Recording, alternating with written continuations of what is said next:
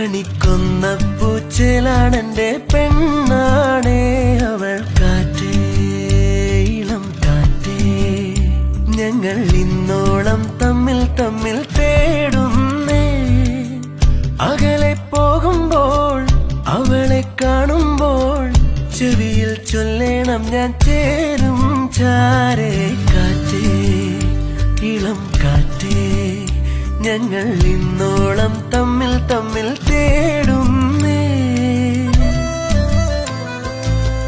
ഒരു വൈരാഗിയെ ഗ്രഹസ്ഥനാക്കി മാറ്റിയതവളാണ്.